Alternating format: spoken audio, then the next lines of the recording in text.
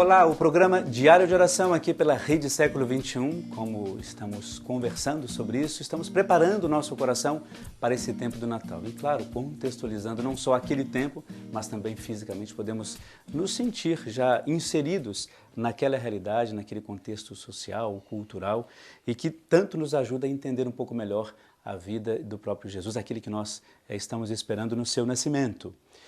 E claro, mais uma vez a gente traz a reflexão de Isaías, que a gente tem comentado não só aqui nesses dias do nosso programa Diário de Oração, mas em tantos outros momentos das nossas reflexões, como aquele que é o profeta da esperança e que nos ajuda de uma maneira muito direta. Para mim, Isaías é muito direto nesse sentido, a preparar o nosso coração para o nascimento de Jesus. Por isso ele é escolhido pela igreja, para justamente nesse tempo do advento nos ajudar a viver plenamente esse nosso encontro com Cristo, com o menino Jesus.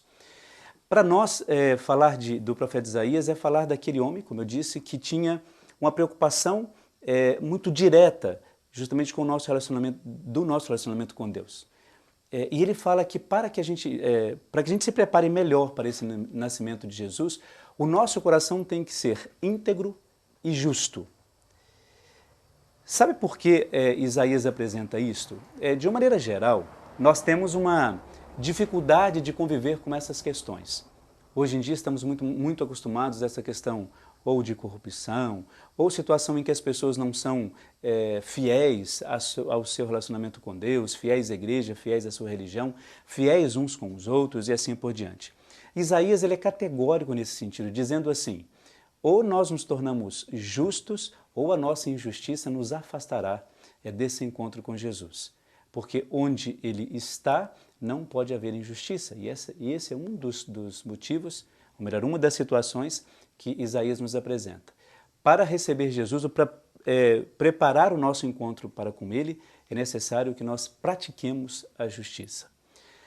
A ideia de Isaías não é especificamente uma justiça de governo, uma justiça do poder público especificamente. Isso, claro, é consequência até mesmo do nosso trabalho e do nosso testemunho.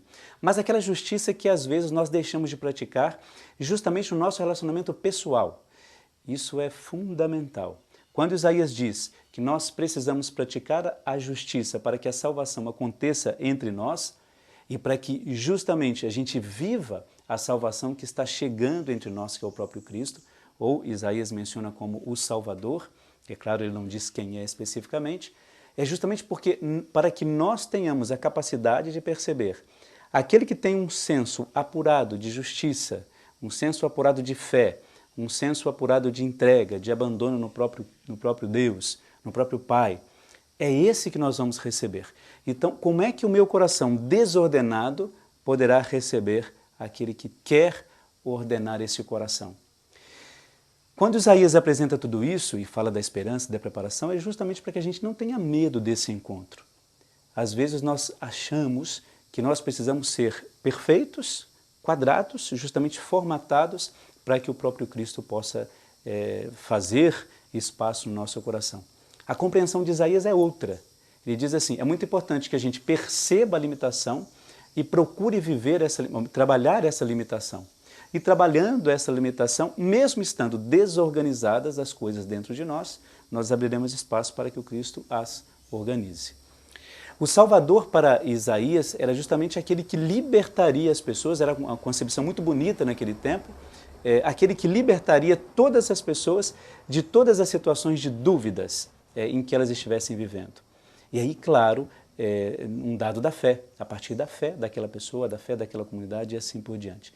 Mas é claro que a gente não pode se esquecer que Isaías, quando fala dessas coisas, tem um viés aí, uma reflexão muito ligada à questão social, porque ele fala da esperança para um povo que estava sofrendo, não só injustiças, até mesmo entre os colegas ou as pessoas que viviam em função do mesmo trabalho, mas também daqueles que tinham poder sobre aquelas pessoas, né?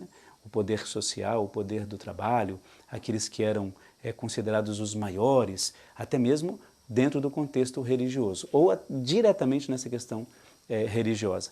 Por isso que a esperança para ele está também vinculada a essa dimensão social. E que para o Natal nós somos tão chamados a pensar isto. Aquela ideia de que nós precisamos partilhar as nossas coisas, viver um tempo onde a sensibilidade natalina toma um pouco mais conta do nosso coração, e isso nós somos convidados a pensar. Sabe quando a gente tem essas cobranças nesse tempo? Olha, vamos ser um pouco mais solidários com os outros. A gente acaba dando mais cestas básicas para as pessoas, ajudando as comunidades a viverem um pouco mais essa solidariedade de maneira mais intensa. Isto é perfeito, sem sombra de dúvida é muito bom. Mas acontece que, segundo Isaías, a fé apenas assim, ela pode não ter aquele resultado que nós gostaríamos. É importante que esta prática tenha uma continuidade ao longo de toda a nossa vida. Por isso a gente deveria pensar um pouco melhor nessa questão. Se Ele tem nos chamado a atenção para essa dimensão da esperança, foquemos nisso e peçamos que Ele nos ajude nisso de maneira muito intensa. Fique então agora com a bênção e uma oração toda especial para você e para toda a sua família.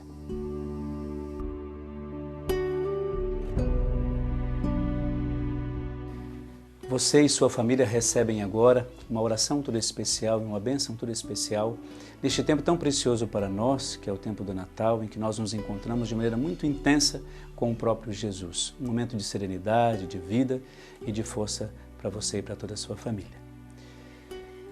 Lembrai-vos, ó divino menino Jesus, da consoladora promessa que fizestes à venerável Margarida do Santíssimo Sacramento. Recorrei a meu coração divino, pedi tudo quanto quiserdes pelos méritos de minha infância e nada vos será recusado. Cheio de confiança em vós, ó menino Jesus, eu venho expor-vos as minhas necessidades. Ajudai-me a levar uma vida santa, a fim de chegar à feliz eternidade. Concedei-me pelos méritos de vossa encarnação e de vossa infância, pela intercessão de vossa Santa Mãe e do glorioso Patriarca São José, a graça que ardentemente vos peço. Ó menino Jesus, não serei confundido em minha esperança.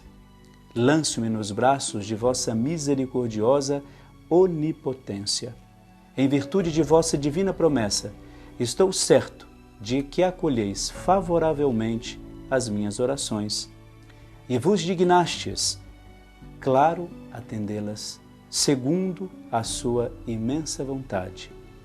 Menino Jesus, eu confio em vós. Menino Jesus, eu confio em vós. Menino Jesus, eu confio em vós. Receba a bênção de Deus Todo-Poderoso, o Deus que é Pai, Filho e Espírito Santo. Amém.